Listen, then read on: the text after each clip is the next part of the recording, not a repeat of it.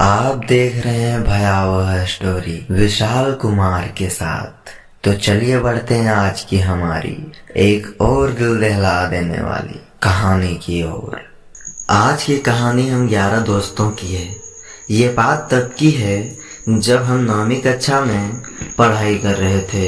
दोस्तों, मेरा नाम रजत है और उस वक्त गर्मियों का दिन था और गर्मियों की छुट्टियां चल रही थी। हम सारे दोस्त घर में ही थे और हम डेली क्रिकेट खेलने जाया करते थे।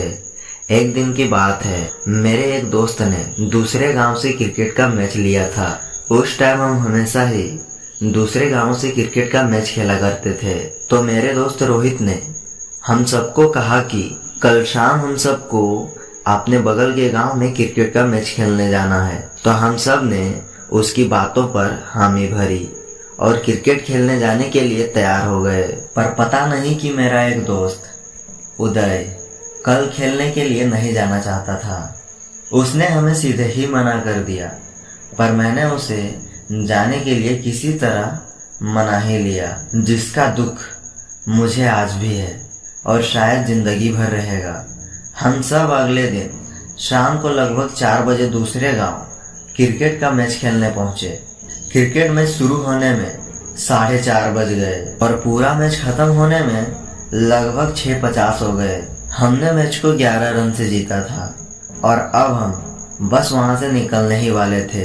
पर तभी मेरे 2 दोस्त ग्राउंड के सामने बने एक पुरानी सी हवेली के बारे में बात करने लगे। वो लोग बोल रहे थे कि यहाँ पर एक भूतिया हवेली है और पूरे गांव वाले इस हवेली में जाने से डरते हैं। उसके बाद पता नहीं उन सबको क्या सूझा। उन लोगों ने बोला कि चलो आज इस हवेली का राज पता करके ही घर जाएंगे। वो दोनों जाने के लिए तैयार हो गए और साथ ही उदय भी जाने के लिए तैयार हो गया। मैं हवेली में नहीं जाना चाहता था, पर उदय तैयार हो गया तो मैं भी उसके साथ जाने के लिए तैयार हो गया था। कुल हम 4 लोग उस भूतिया हवेली में जाने के लिए तैयार हो गए और बाकी लोगों ने जाने से साफ मना कर दिया। वो बाकी लोग वहीं खड़े रहे और हम 4 दोस्त आगे बढ़े। हम चारों उस भूतिया हवेली के दरवाजे के पास पहुंचे। हवेली का दरवाजा बहुत ही पुराना और काफी डरावना लग रहा था। मैंने तो उस हवेली को सामने से देखने के बाद ही बोल दिया कि अंदर हमें भूत या चुड़ैल मिले ना मिले, पर यहाँ का माहौल ही देखकर मुझे बहुत डर लग रहा है। मेरी ये बात सुनकर मेरे सभी दोस्त हंसने लगे और एक दोस्त ने हवेली का दरवाजा खोला और हम अंदर गए। अंदर जाते ही हमने देखा कि हवेली एकदम सुनसान पड़ी थी और अंदर एक गंध आ रही थी। मैंने मेरे दोस्तों से कहा कि ये गंध किसकी है?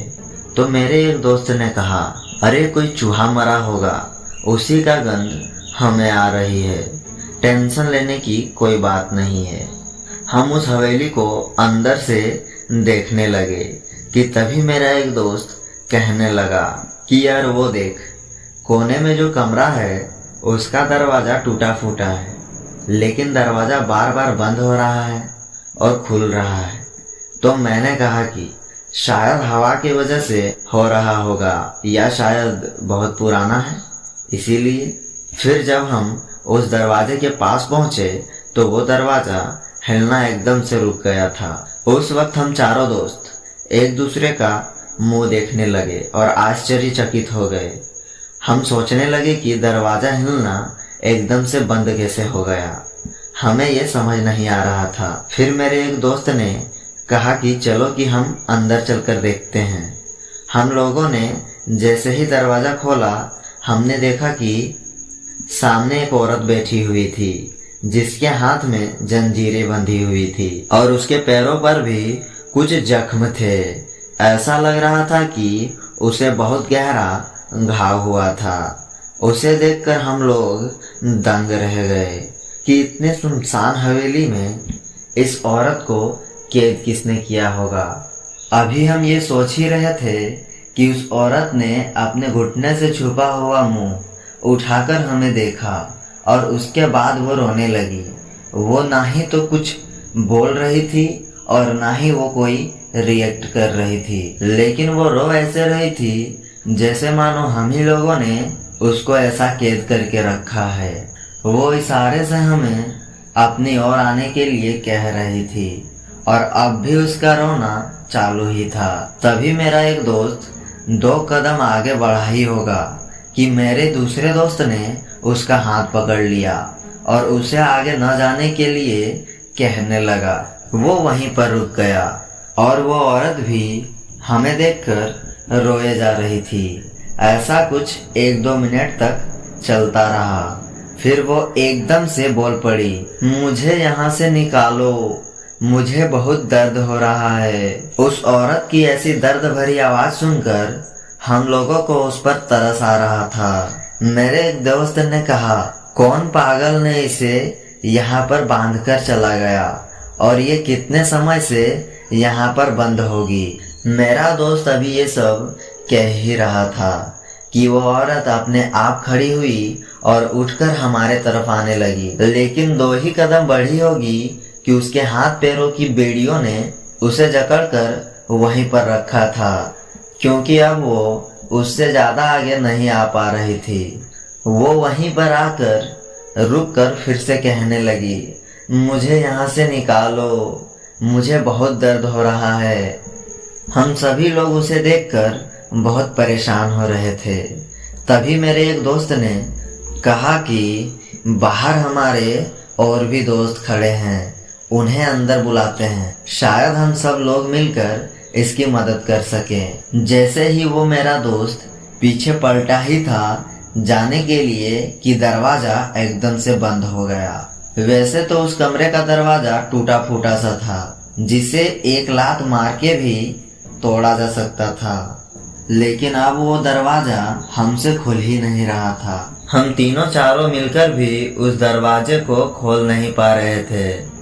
वो दरवाजा थोड़ा सा भी हिल तक नहीं रहा था। उसके बाद हम सभी लोगों ने सोचा कि दरवाजे को मार मार के तोड़ देते हैं।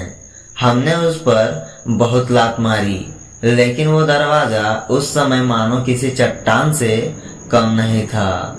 वो ना ही तो टूट रहा था और ना ही खुल रहा था। अब ये सब हो ही रहा था कि अचानक से उस औरत की रोने की आवाज हंसने में बदल गई और हंसते हुए वो कहने लगी, सब के सब यहाँ आज मरने वाले हैं। इसके बाद एकदम शांत हो गई और अपनी जगह पर जहाँ वो पहले बैठी हुई थी वहां जाकर बैठ गई और फिर से घुटनों में अपना मुंह छिपा लिया। उसके बाद कुछ समय में हमें वो औरत अपने आप को मारती हुई नजर आई।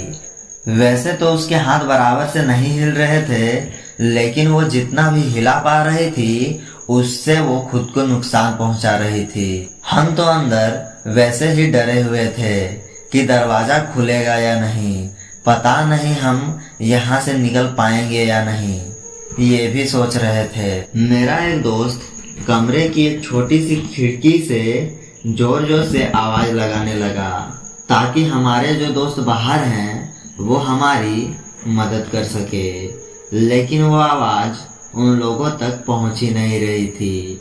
फिर हमने देखा कि उस कमरे में अपने आप ठंड बढ़ने लगी और एकदम से जो औरत अब तक जकड़ी हुई थी उसके हाथ पैर की बेड़ियां अब खुल चुकी थी। वो बेड़ियां खुलने के तुरंत बाद वो एकदम से दीवार पर जाके चिपक गई और हमें वहां से घूर कर कहने लगी, मैंने कहा था ना यहाँ से कोई भी बचकर नहीं जा पाएगा।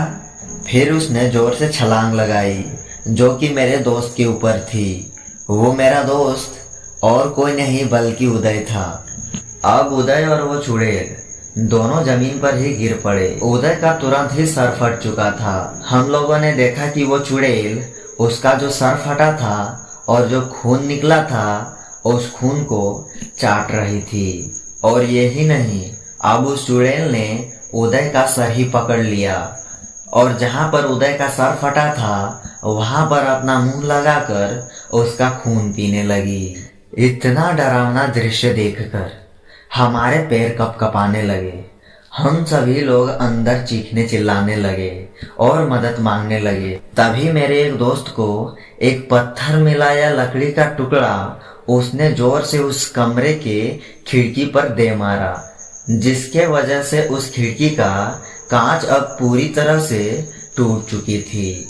और उसी के आवाज को सुनकर या टूटे हुए कांच को देखकर मेरे जितने बाकी दोस्त बाहर खड़े थे वो दौड़े दौड़े अंदर आए। अंदर आने के बाद हम लोगों ने अंदर से और भी ज्यादा चीखना चिल्लाना शुरू कर दिया। उन लोगों ने बाहर से दरवाजे को तोड़ने की बहुत कोशिश की, लेकिन दरवाजा टूट ही नहीं रहा था। तभी उन लोगों में से एक ने कहा कि जितनी खिड़की टूटी हुई है उनमें से ही आप लोग आ सकते हो। फिर सबसे पहले मेरा एक दोस्त खिड़की से जंप मारा। उसके हाथ पैर में टूटे हुए कांचों की वजह से काफी चोटें आई थी, लेकिन वो अब बाहर निकल चुका था। उसके बाद मेरा एक दूसरा दोस्त गया। अब अंदर मैं और उदय बचे हुए थे और वो चुड़ैल अब भी उदय का सर पकड़े हुई थी। मैंने अंदर से चिल्लाया, रे हमारा दोस्त जो अंदर है इसे कैसे निकालें?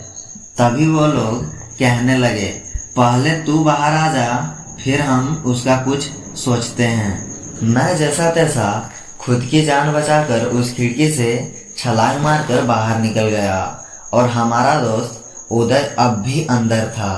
हम लोगों ने गांव में जाकर एक दो लोगों को इकट्ठा किया और उन सब लोगों को बुलाकर हवेली के पास ले आया और हम लोगों के साथ घटी सारी घटना उन्हें बता दिया। फिर हम लोगों के कहने पर जब उन लोगों ने फिर से हवेली का दरवाजा खोला तो पाया कि अब ना ही तो अंदर कोई हमारा दोस्त था और ना ही वो चुड़ैल। हमारा दोस्त उस दिन के बाद से पता नहीं कहाँ गायब हो गया और हम लोगों ने अपनी बेवकूफ़ी के चलते एक दोस्त को हमेशा के लिए खो दिया। फिर जब ये बात उसके घर वालों को पता चली तो उन लोगों ने हमें बहुत मारा और बहुत लड़ाइयाँ भी हुई।